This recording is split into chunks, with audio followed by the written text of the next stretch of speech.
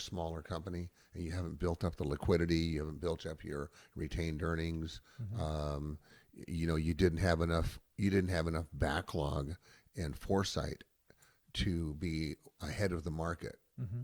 So you worked from it was like working paycheck to paycheck. Mm-hmm. You worked from job to job, and when the jobs dried up, You started looking again. you bidding. start looking around, going, well, now what do we do? So you were only flying at 8,000 feet at that point. You're down there at ground level because I The gear was down. I vividly remember coming in the morning, later in the morning after having drove to Ventura and helped the guys hang out a hospital, and then drove in from Ventura, and put my dress clothes on and sat down at my desk and started estimating. And that went on for months and months on end, and it got tired. But again, those are tough lessons. If you don't know what you're doing on bidding a particular sector of work, don't do it. Sure. If you don't know how to bid a hospital, then don't bid one. Mm-hmm. Go do something else. You're going to pay a lot of money anyway. Sure. You might as well give the money to charity and then go enjoy yourself. Sure. Sure. You're not going to make any money if you don't know what you're doing. So when you were working for these guys, did you get into a position you were running work, right? No, I was never a superintendent. Got it. I was I would say, remember, I started my company at 26. Okay, that's 26, man. At 26, God, I had 3 kids and 2 ex-wives by the time I was 26. So I hadn't had the chance to mature into a foreman's job or work in an office or work in a capacity as a foreman for a large project. Absolutely no idea. My very first job that I did, the very first job, I was working for Pacific States Plastering, and we were working in the Anaheim Mall. And I was on my hands and knees building a column, screwing the bottom of a column off. And as I said, this was close to 50 years ago. And this gentleman walked up, and I remember his name was Troy Warren. And Troy walked up and he goes, "You're a hard-working son of a bitch. I've been watching you for days. How'd you like to build a store for me?" I said, "What do you mean build a store?" "Well, I got a house of fabrics that I want you to build." "Well, I don't have a license." He goes, "I don't worry about that." I said, "Yeah, but I don't have any equipment. I don't have." He goes, "You'll get it done. Just give me a price. Here's the plans. Give me a price. I want you to build this store." It's a true story. So I went home and I had absolutely no idea. I sat there and, come on, this is a house of fabrics. This is 2 demising walls, a stockroom wall, a bathroom. It's a good one to start on. Well, again, I'm a man of great. I won't call it great faith, but it's not convenient faith. So I went home and I could not figure out how I was going to do this. I didn't have any money. I didn't have any material. I had nothing. So I went to the drawer and I pulled out everything we owed, and it was $3,850, and that was my bid. That's how you did it. That's how I did it. What? I called him up the next day and I said, "Troy, my bid's $3,850. He said, "You got the job." Okay. So I went to work for Pacific States the next day, and I called up a friend of mine, and I knew he had a bunch of metal studs in his backyard. And I had found a color TV set in a parking lot at this apartment building that I was working at. And I called him up and I said, "Hey, you got some of those metal studs in your backyard, right?" He goes, "Yeah." I said, "I got a TV set that I'll trade you for those metal studs." "Okay, where do you want them?" I said, "Bring them over to Anaheim Mall. I'll meet you there." And so his truck shows up with nothing but, these like odd shapes and odd sizes of every stud imaginable. And he unloads them, and I give him my color TV set. And I walk over to Troy and I said, "Listen, I need some money." And he goes, get me an invoice and I'll get you a check. I said, well, what do you mean? He goes, I need something, an invoice. Mm-hmm. So I went over and I took a piece of drywall and I cut an 8 by 12 piece of drywall, and I wrote down, Ron Hudson gets $1,000 for the House of Fabrics and Anaheim Mall. And I walked back over to Troy. I said, will this do? And the look in his face was, I wished I'd have filmed it, because it was, it was like, Are you for you real? aren't for real, are you? Yeah. Like you're like, and Shit. and I said no, and I had never seen $1,000 before. Mm-hmm. Never, that kind of money never crossed my fingertips. He said, okay, go on over there to Burbank and go in the office and give him this invoice. And I guess he had called in advance, told him, this is some funny shit, but this guy, I think he's going to be okay. And so I went over and I walked up to the receptionist and I handed her my $1,000 piece of drywall. And I could hear everybody laughing in the back. And they came out and they handed me a check for Ron Hudson for $1,000. And I thought, I like contracting. Yeah, I'm in. This is pretty cool. We didn't have any scaffolding, so I cautiously borrowed some scaffolding from W.F. Hayward was doing them all, and I cautiously borrowed a little scaffolding from them. They were working on the part with Pacific States, and because I didn't have any partners. I told this one kid, I said, I'll give you 10% of the company if you'll come over and work for me. He's like, what company? So I'm going to start my own company one day, and when I do, you're going to get 10% of that company. He goes, no, just pay me. I don't want a kid named Bobby Hilton. And so there's giant ducts running along the wall, giant ducts. They hadn't cut them down. I said, if you get up inside that duct and you cut a big enough hole, I can hand board up to you, and you can screw the board off as I hand these pieces up to you. And we hung that demising wall out, and we jury rigged every piece of material that metal that came out. Mm-hmm. And I called up this supplier and I said, with Adam Trucking and Supply, I said, if you guys will deliver this amount of board out to me, I'll pay you cash. Mm-hmm.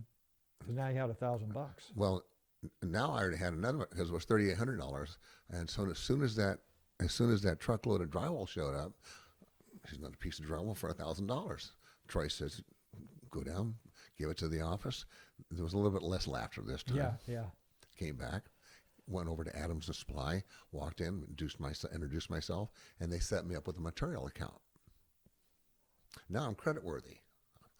Walked in and handed him $1,000, and I was credit worthy. Mm-hmm. So I did those House of Fabrics for at least a year. No shit. Yeah, at least a year. I did multiple. I think probably the funniest story about those House of Fabrics is doing one in Arcadia. And the union came out there, and I had a taper working on a Saturday. And I wasn't union. I didn't know license, no nothing. Mm-hmm. But this taping BA came out to the job, and the taper had his music going, and he was up on the scaffold, and he had this big German Shepherd in the back of his car, back of his van. And this union rep yells up at him, says, "Hey, get down here! I want to see your card." Didn't go near him. He said, "Hey, I told you the last time, get down here. I want to see your card." And he sicked his dog on him. And the dog chased him all the way out of the mall. No shit. Chased him all. Oh man, I got in more trouble for that than I could possibly tell you. I almost got banned for life from ever working another Ernie Hahn mall. Unbelievable. But they thought it was pretty funny because he called the dog off just in time. But he was running down Arcadia Boulevard. Is that right? Oh my God. But damn. As I said, going back to the beginning of this, is that I didn't have a chance to finish high school. Mm-hmm. I was a father. Yeah. I didn't get a chance to grow into an office building or an office environment where I learned the proper technical way to set up an office and Nobody did any training for estimating. I didn't have any training to estimate project management. Yeah. It was all pencil and paper anyway. Amazing. It's all pencil and paper. Yeah. And without any of that training, I'd wake up I'd get so tired I'd wake up at 6 o'clock in the morning because I'd always answer my phone no matter what. Cause I was living in my mom's garage, and my mom would do my books and pay and cook and clean for me for $35 a week. That was my overhead. Wow. But I remember vividly all the mornings that I would wake up, and it could be 4:30 in the morning, and I would snap out of it immediately and answer Superior Wall Systems, like I was waiting for that phone call. Amazing. Like I was waiting for that phone call. Shit, and that was still a rotary phone back then. Oh right? yeah, it was just a rotary phone. Yeah. There was no when we finally reached a point where we actually moved into an office in Brea. I remember it wasn't an order. It was the punch dial, and then they had the hold buttons. Mm-hmm. And my daughter Lynette, who was only 16 years old, she wanted to work in Dad's office. She might have been 12 years old. And she was, so I said, well, you're the receptionist. And I came in one day and I said, do me a favor, hold my calls. Okay, Daddy. I walked in my office and I closed the door. And I was on the phone with somebody, and I noticed all the lights, there were 6 lights, and they were all lit up.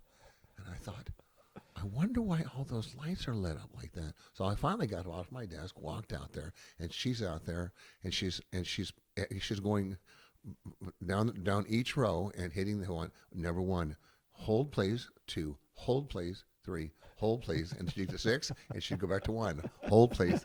And I come out and said, what do you do? She said, you told me to hold your calls. I said, that's not what hold your calls mean, honey. Funny. So it was a lifetime of that, and it's still a lifetime of it. Yeah. It's still a lifetime because we Damn, you came up the hard way, man. there was I don't think there was any harder journey than that, because I didn't know anything, and I didn't even know what I didn't know. Yeah. I didn't know what I didn't know. All I knew was,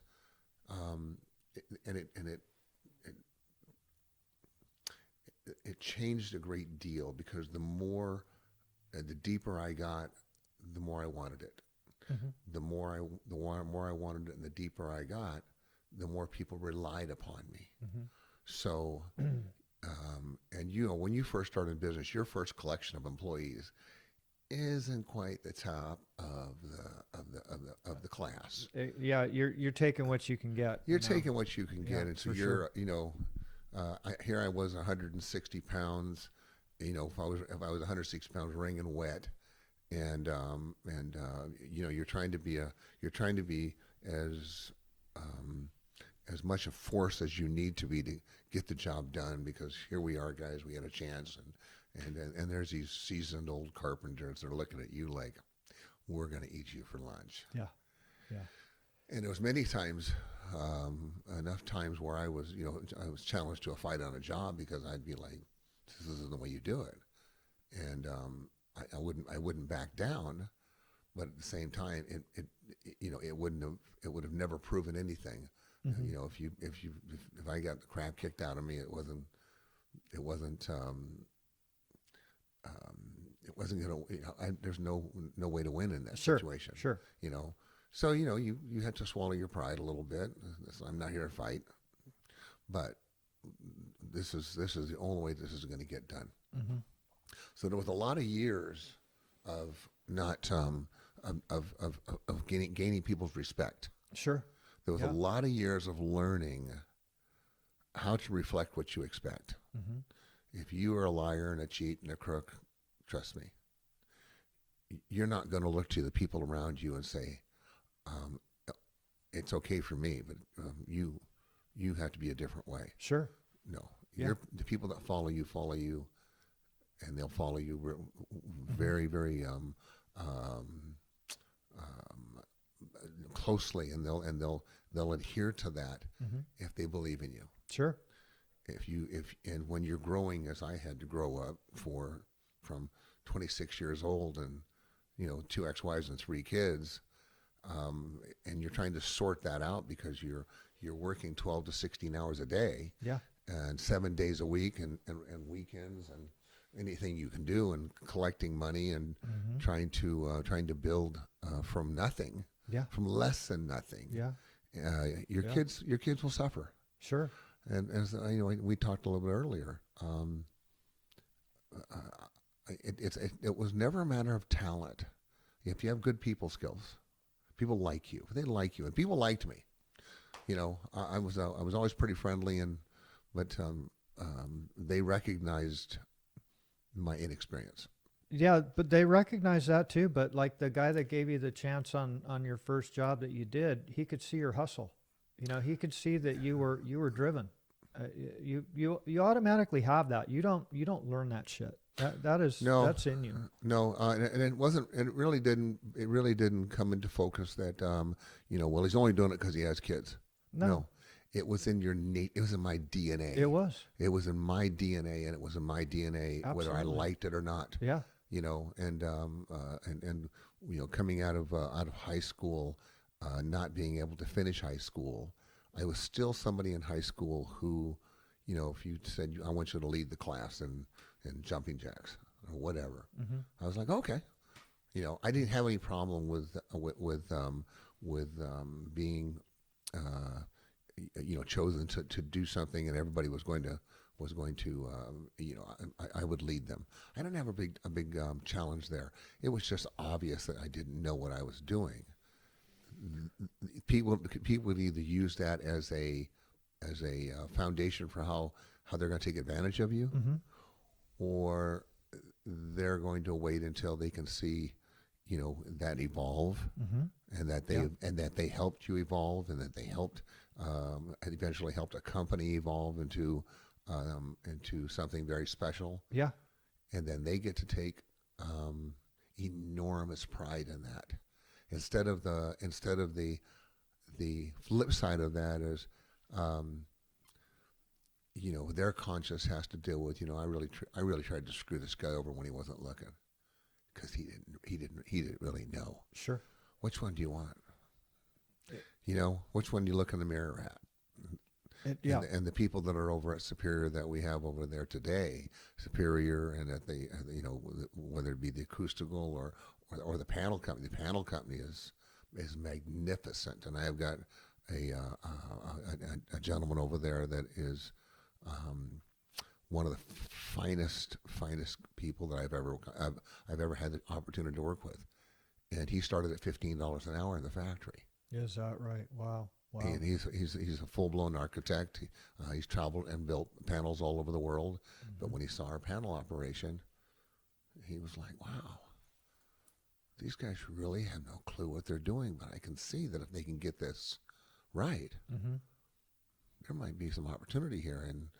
And before a couple of years was up, he was running the place. Unbelievable. It really is. It's really an unbelievable story because it's such a complex business, Yeah. and with such an enormous amount of equipment and knowledge on how to build a model that when you deliver 4,000 or 5,000 panels, and they all have to fit within an eighth of an inch, and they're 3,000 and 4,000 pounds.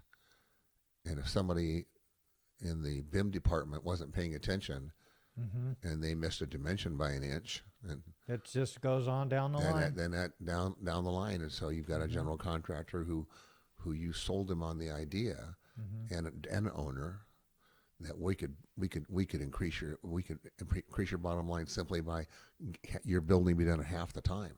Yeah. And all of a sudden they're watching a crane with a hook that's got a panel on it that doesn't fit, that's 4,000 pounds, and they have to take it apart with the crew weights for that to. No, it's a very, very dangerous business to go into unless you have the commitment and the technology. Sure. And we overcame that. Yeah. We overcame that. Our failure rate is not even 1%. Amazing. I want to go back into your panel operation, but I want a little more of your history of when you turned union. I've always been union. The company has always been union. But when you got your first job and you were doing these house of Side fabrics, jobs. Well, so that was a side gig. yeah. Those the side jobs I started when I was much younger. I did side jobs. I mean, Hmm. it didn't matter what it was. I had a side job where it was an all nude bar, and this friend of mine said, "Hey, they need someone to come in and fire tape the ceiling." Hmm. So 1 o'clock in the morning, I'm in there, and girls still hadn't finished up, and I've got a pan of mud, and I'm over in the corner, a pan of mud, and a roll of tape, and I'm not a taper, Hmm. but it paid Well, you could fire tape. but it paid $150, Yeah. and and I could do it in 2 nights. Hmm. So to me, that $150 was pretty important. Yeah. There was So you were doing these side gigs, and then Mhm. what year did you go in and you were officially Superior Wall I Systems? started Superior Wall Systems on June 6th of 1976, and I started as a proprietorship. 3 years later, we had Superior Wall Systems Inc. Hmm.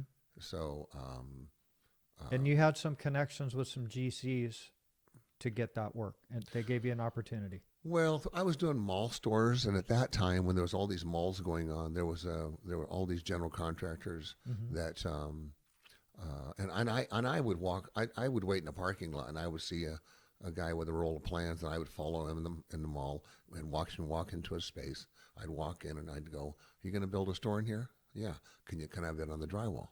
Sure. Here's some plans." And I could do this. At one point in Brea, I must have had 20 some stores going. Is that right? Yeah, I must have had 20 some stores going, and I you know, I it was like I said, it was 7 days a week, 12 hours a day. Hmm. I really didn't make hardly any money, but I had I had started to build some momentum, Hmm. and I didn't. I always did what I said I would do. And you would get it done. And It you would would, always get done. It yeah. didn't matter if I was sweeping the floors or if I was Hmm. framing or I was whatever it was. Hmm. It didn't matter. It would get done. Hmm. And I had moved into an apartment, and I had one room was my office, and I finally was able to hire a girl to come in and answer the phone. Hmm. Um, but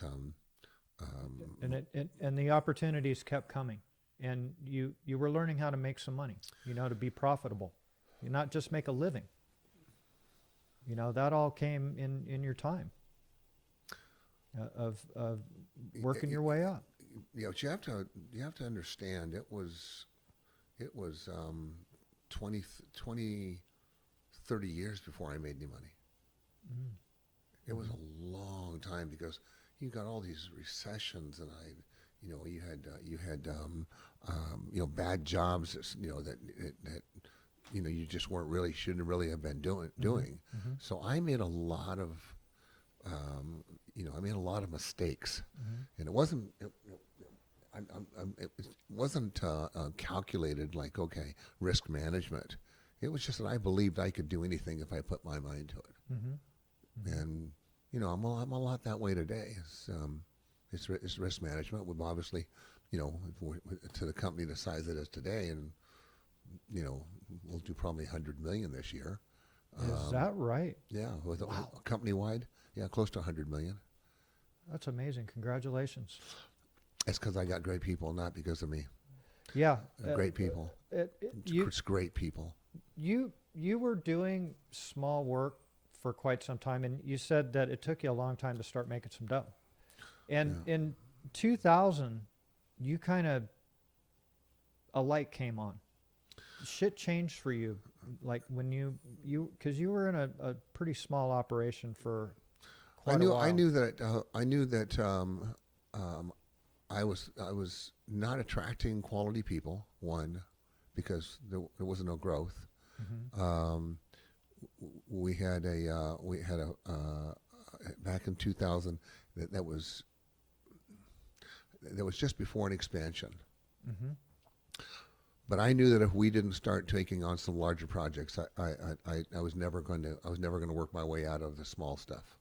Got it. I would never be able to do that. Hmm. And so we started, and I think probably the biggest job we took was a job for Berkshire Construction. I think it was a gentleman who was a very good friend of mine helped us get this second phase of the Spectrum. mall, Mm-hmm. and it was somewhere in the neighborhood of 2.5 million, something like that, and we made good money on it. And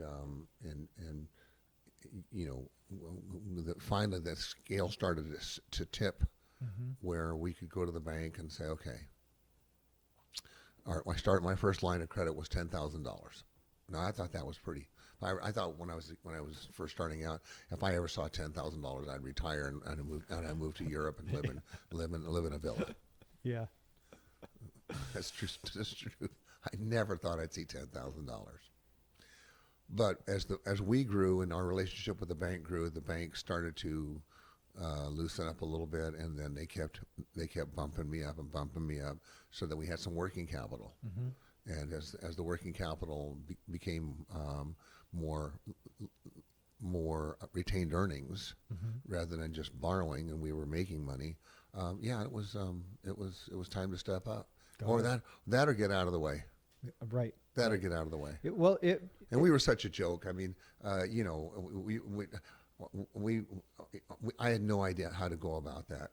You know, I mean, I would walk into somebody's office and I would say, listen, to my office, I want you to call me at such and such a time, because I know I'll be in the middle of this meeting, and I don't want you to say a word. I'll be on the phone, and I would be like, yeah, well, 1.5 million is our lowest number. That's the best we can do.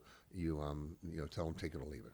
You know, and there wouldn't be anybody on their phone, but somebody's sitting there going, oh, 1.5 million, okay. You know, and I know the job would always be much smaller than that, but right.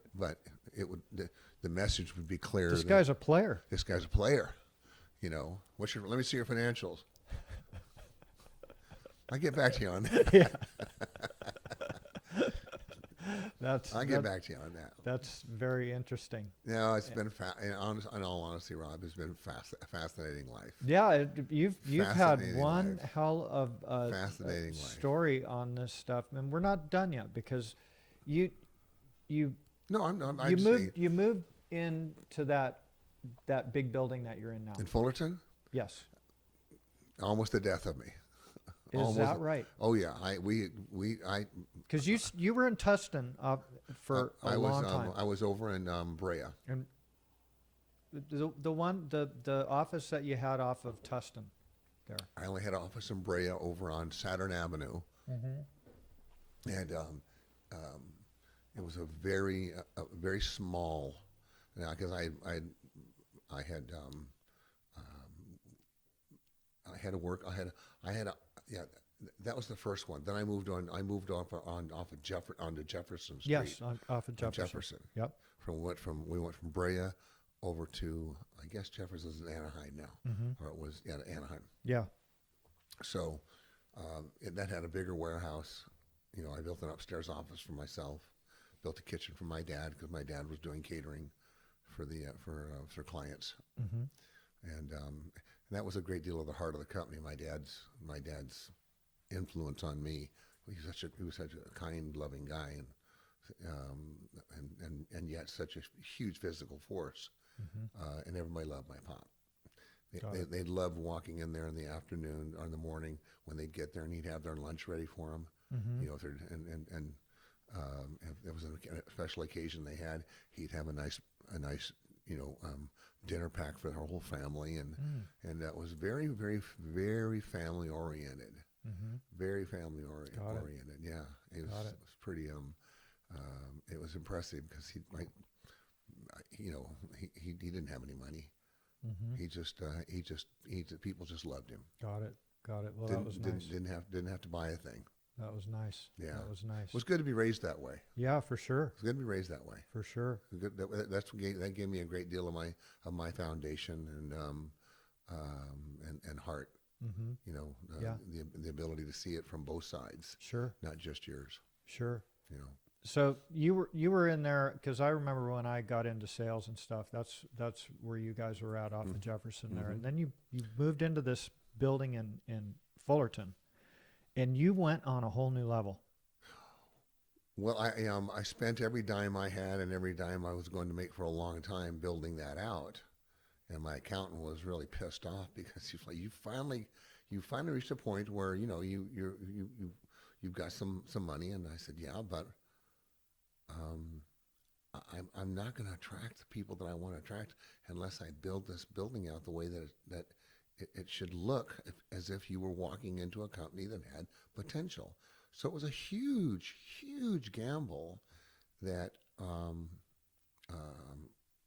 I could build this out, and it turned out beautiful. Oh, it's gorgeous. Turned out beautiful. It's absolutely gorgeous. We've been there for years and years, and I love it there. But it cost, like I said, it cost me all of my liquidity, and I you know, the bank was they were at least nice enough not to cut my credit line, but they wouldn't increase it. Got it. So it put me in a pretty awkward spot. And we had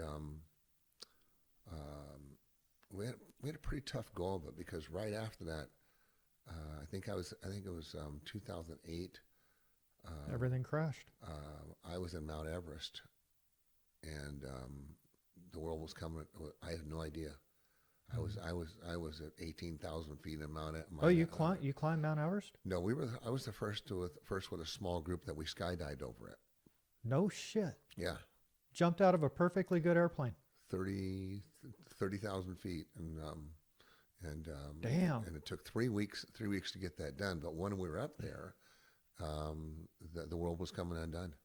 Yeah. It was coming undone, completely coming undone. And I had no idea. We had lots of backlog, and I was like, you know, This is never gonna. This is never going to end. This is going to be the best. It's on fire. Yeah, and by then, when I got back, 2000, and then by 2009, all of our work had dried up. There wasn't anything. They were building nothing in 2009. No. And then 2010, we took three schools, LAUSD, and that was the nail. That was almost the final nail in the coffin, because we lost, like a lot of people, we lost our ass on those schools. And so, you know, the building that's great, but the fact was that at the same time, you know,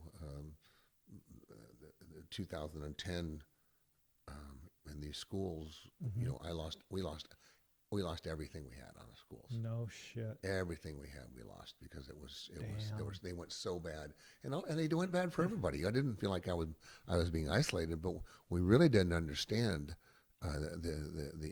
we had not enough experience with the DSA to understand that these guys, they have no skin in the game. Sure. They have no skin in the game. But a shitload of power. They could. I think these guys from DSA could stand by and watch you choke to death on a donut, and not only just stand there and watch, but fine you for you shouldn't have choked right there. Right. Yeah. Did you have heartless. a permit for that? You know. Yeah. Right. Yeah.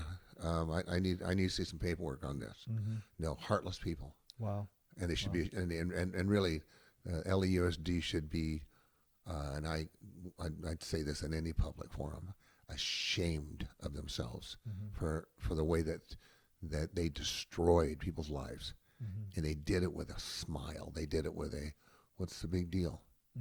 And you know, I fought my way out of that, but at the same time, then my wife divorced me because, you know, the money ran out, and you know, I was literally, I was living in Laguna Beach, and I was literally at a point where I was like, you know, honey,